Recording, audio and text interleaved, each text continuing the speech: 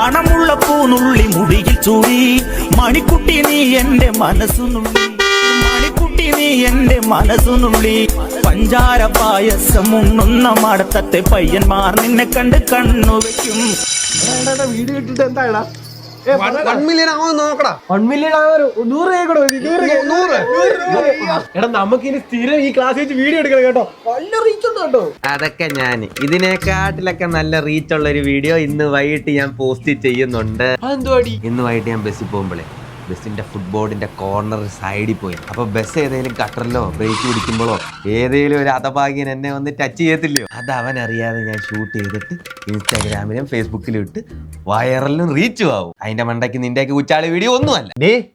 അവൻ ചെയ്ത ഒരു മനുഷ്യന് ഉപദ്രവം ഇല്ലാത്ത വീഡിയോ നീ ഒന്ന് നിന്നിച്ചേ. എടി നിന്നെ പോലുള്ളവള് കാരണം ഇങ്ങനെ നാട്ടുകാർക്ക് പലതും ചെയ്യാൻ തോന്നുന്നു. പാവം പിടിച്ച ജനങ്ങൾക്ക് ഇപ്പൊ ജീവിക്കാൻ പറ്റാത്ത അവസ്ഥ. മുട്ടാലിയാൻ കേട്ടു പോലേ അക്കൗണ്ട് ഡിലീറ്റ് ആക്കി ഇവിടെ മര്യാദക്ക് ഇരുന്നോ. ദോണ്ട കിടക്കുന്നടാ ഒരു 1 മില്യൺ ചീഞ്ഞു പോയെന്നാ തോന്നുന്നത്. കൊറേ ഫെമിനിസ്റ്റുകൾ ഇറങ്ങിക്കോളും പെണ്ണുങ്ങളുടെ വില കളയാനായിട്ട്. അവന്റെ ചേട്ടന്റെ ഭാര്യ അവന്റെ ചേട്ടൻ തിരിച്ചടിച്ചതിന്റെ പേരില് പുള്ളി ഇപ്പൊ ജയിലില്ല. അങ്ങനെയുള്ളതിന്റെ അടുത്താണ് ഇങ്ങനെയൊക്കെ പറയാൻ പോകുന്നത്. 1 മില്യൺ കിളയ്ക്കാൻ നടക്കുന്നു. അല്ല എന്തുവായിരുന്നു ഇൻട്രോ സമയത്ത് ഒരു ബഹളമൊക്കെ സ്റ്റാഫ് റൂം വരെ കേൾക്കായിരുന്നല്ലോ. മണ്ഡലകാലം അല്ലേ സാറേ? അപ്പൊ പിന്നെ അയ്യപ്പനെ ഒന്ന് വിളിച്ചേ എല്ലാരും കൂടെ കൂടി. ശരണം വിളി ഞാൻ ഇൻസ്റ്റാഗ്രാമിൽ കണ്ടായിരുന്നു. കമന്റ് ഒന്നും കണ്ടില്ല. കമന്റ് ഞാൻ നേരിട്ട് തരാന്ന് വിചാരിച്ചു ഇപ്പൊ തന്നെ. എടാ പാടി എന്തെടാ അത്? ഇത്തവണത്തേക്ക് ക്ഷമിച്ചേക്കുന്നു. ഇനി വല്ല ഉണ്ടെങ്കിൽ നമ്മളെ കൂടെ വിളി. എക്സ്ട്രാ ക്ലാസ്സിന് വല്ല എടുക്കാം നമുക്ക്. എന്താ പറ്റി നിനക്കൊരു മൂഡ് ഓഫ്? ഒന്നുമില്ല സാറേ, അവിടെ മണിക്കുട്ടി ഒരു സൈഡിൽ കൂടെ പോയത്. അല്ല സാറേ, സാറിന്റെ പീരീഡ് ഇതല്ലല്ലോ, പിന്നെന്താ പറ്റി? 2-3 ദിവസത്തേക്ക് ഞാൻ കാണത്തില്ല, ട്രെയിനിങ്ങിന് പോവും. അല്ല സാറ് സ്ഥിരം ഇങ്ങനെ പോകുന്നുണ്ടല്ലോ, എന്തോ ട്രെയിനിങ്ങാ സാറേ?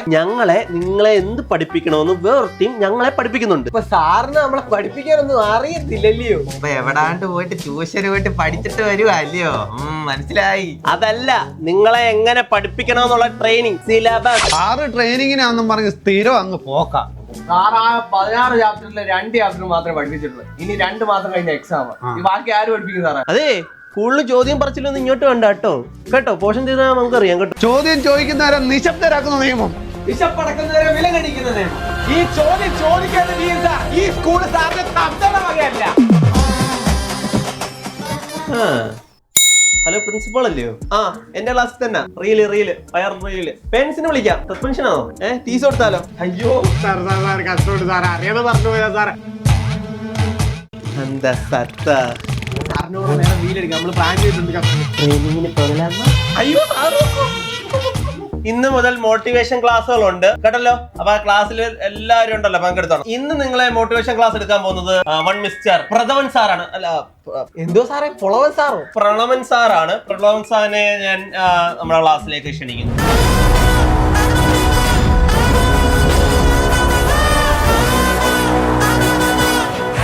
ഞാൻ പ്രണവൻ മംഗളശീലൻ.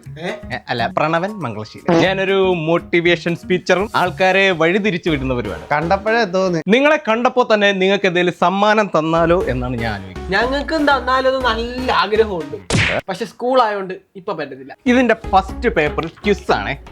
ആ ക്യുസ് നിങ്ങൾ എല്ലാവരും എഴുതി റെഡിയാക്കിയതിനു ശേഷം മറുപേജിൽ നിങ്ങളുടെ പേരും ഡീറ്റെയിൽസും എഴുതുക. എടാ 5 ചോദ്യമുള്ളൂ. 5 ചോദ്യത്തിന് ഉത്തരം എഴുതി കഴിഞ്ഞാൽ ഐഫോൺ.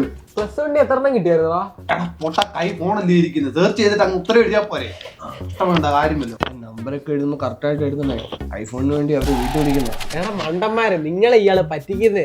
എടാ നമ്മളിപ്പോ +2 ഇല്ലയോ, അത് കഴിഞ്ഞിട്ട് നമ്മുടെ ഈ ഡീറ്റെയിൽസ് ഒക്കെ എന്തിനാ മേടിക്കാറ്? +2 കഴിഞ്ഞ് അടുത്ത കോഴ്സിന് വേണ്ടിയിട്ട് ഇവര് നമ്മുടെ വീട്ടിൽ വിളിക്കും. അതിന് വേണ്ടിയിട്ടുള്ള ക്യാൻവാസിംഗ് പരിപാടിയാ ഈ ക്യുസ് എന്നുള്ള പേര് നടക്കുന്നത്.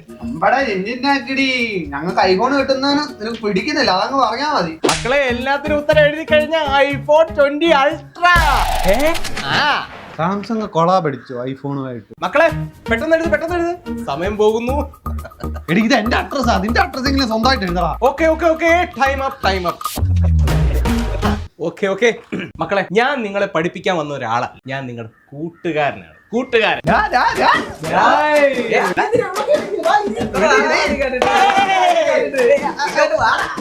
ഇങ്ങോട്ടായിട്ടില്ല, ഒരു ഇച്ചിരി ഗ്യാപ്പ് ഉണ്ട്. മക്കളെ ജീവിതത്തിൽ കഷ്ടപ്പെടണം.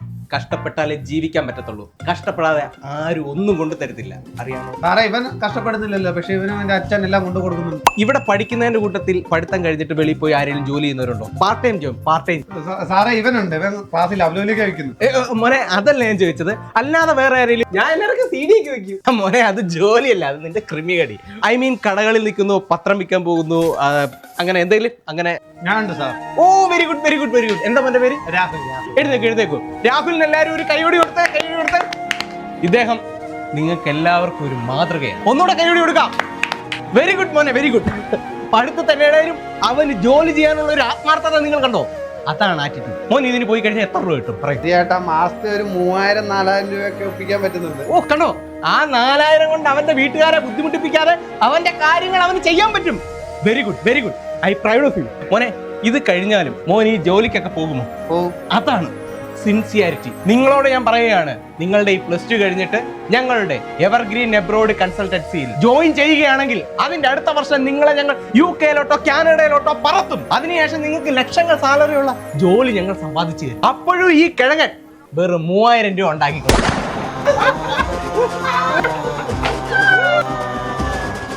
നിങ്ങൾ പറയൂ, ഇവനെ പോലെ ഒരു കിഴങ്ങനാവണോ അതോ എന്റെ കൺസൾട്ടൻസി ചേർന്ന് നിങ്ങൾക്ക് നല്ലൊരു സാലറി ഉള്ള ജോബ് വേണോ? എനിക്ക് കിഴങ്ങനാവണ്ട, ഞാൻ വരുവാ സാറിന്റെ ഏജൻസിയിലോട്ട്. എനിക്ക് സാറിന്റെ അടുത്ത് വന്നാ മതി. സാറേ എവിടെ അതിന്റെ ഓഫീസ്? എന്തൊക്കെയാ ചെയ്യണ്ടേ? യെസ്, പിള്ളേര് ട്രാക്കിൽ വീണിരിക്കുന്നു. അപമാനിച്ചു കഴിഞ്ഞെങ്കിൽ പോയി ഇരുന്നോട്ടെ. ഓക്കെ, പൊക്കോളൂ മോനെ. ഞങ്ങൾ കഴിഞ്ഞ വർഷം കൺസൾട്ടൻസി തുടങ്ങിയോണ്ട് പറയുക, ഏകദേശം 10 വർഷമായിട്ട് ഞങ്ങൾ എത്ര പേരെയാണ് അബ്രോഡിലേക്ക് അയച്ചേക്കുന്നത് അറിയാമോ? എത്ര പേരെ കയറ്റി?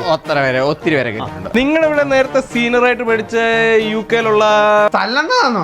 യെസ്, സനലാണ്. ഇതൊക്കെ ആരാണ്? അണ്ണൻ പോയതിന്റെ പിറ്റേ ദിവസം തന്നെ തിരിച്ചു വന്നു. ഇപ്പൊ വാർക്കപ്പടിക്ക് പോവാ എന്റെ അച്ഛന്റെ കൂടെ. ഓ അപ്പൊ സനല്ല, സുനിലാന്ന് തോന്നുന്നു. സുനിൽ. അയ്യോ സുല്ലണ്ടനാ മേശിരി. ഇപ്പൊ ഈ പറയ കയ്യാളാണ് സല്ലണ്ടൻ. 2 പേര് 4 ഓക്കെ, നമുക്ക് കാര്യത്തിലേക്ക് കിടക്കാം. ഇതില്ല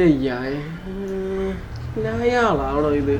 സാറിന്റെ പേരെന്തുവാ? രമണൻ മങ്കോദരൻ. സാറേ എന്റെ മാമനെ ഒന്ന് വിളിക്കേണ്ട ആവശ്യമുണ്ട്. ഇച്ചിരി ഹോസ്പിറ്റൽ കേസാണ്. ഫോണിൽ കൊണ്ടുതരാമോ? ഒന്ന് ഫോൺ വിളിക്കാം. തരാം, പക്ഷെ നീ നമ്മളവിടെ ചേരണം. അയ്യോ ചേരും. അതൊന്ന് കൺഫേം ആക്കാൻ കൂടി വേണ്ടിട്ടാ കോളൊന്ന് വിളിക്കാൻ. ഉണ്ടാരാം. എന്തായി? മാമൻ എന്താ പറഞ്ഞേ? മാമൻ പറഞ്ഞ് ഇപ്പൊ തന്നെ അഡ്മിഷൻ എടുത്തേക്കാം. അതുകൊണ്ട് ഇപ്പൊ വരും. ഒന്ന് വെയിറ്റ് ചെയ്യണേ. ഓക്കെ.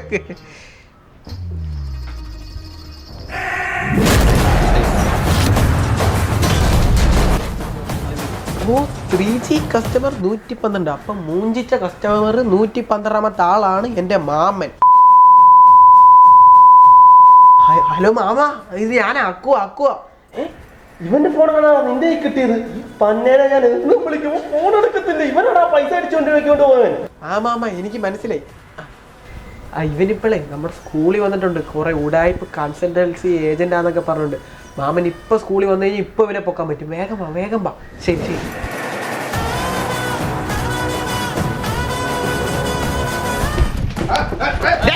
America Canada. കത്തിയോടെ കുത്തു ഞാൻ.